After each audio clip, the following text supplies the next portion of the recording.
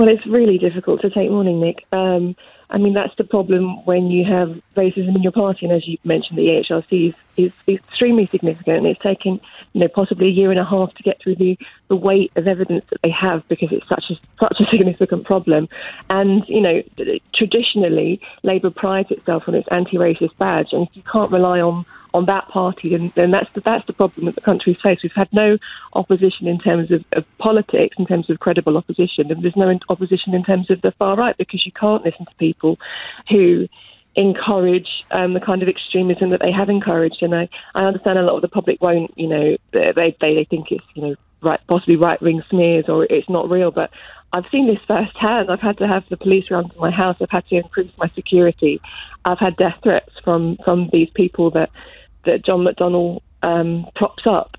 So no, personally, I can't take any criticism of extremism from somebody like that. Rachel, let me ask you this, and I've had the pleasure and the privilege of working at Jewish events with you in the past, and we've had a really good time with some lovely people.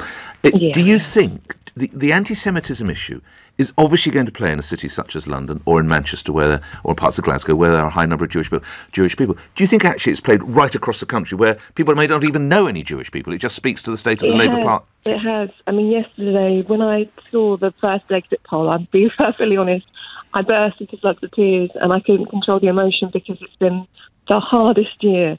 And I think I speak for a large number of Jews when I say it's just tearing people apart. And when one of the early results came in, I think Laura Kunzberg mentioned that Kate Liniger was embroiled in some controversy, and she said, this is coming up on the doorstep. This is something that really means something to people, because a lot of the way we've been fighting is by using Twitter to expose things that have been happening.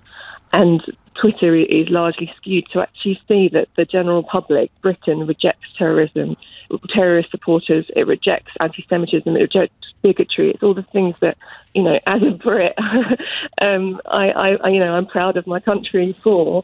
We reject this kind of stuff, and to actually see it in practice.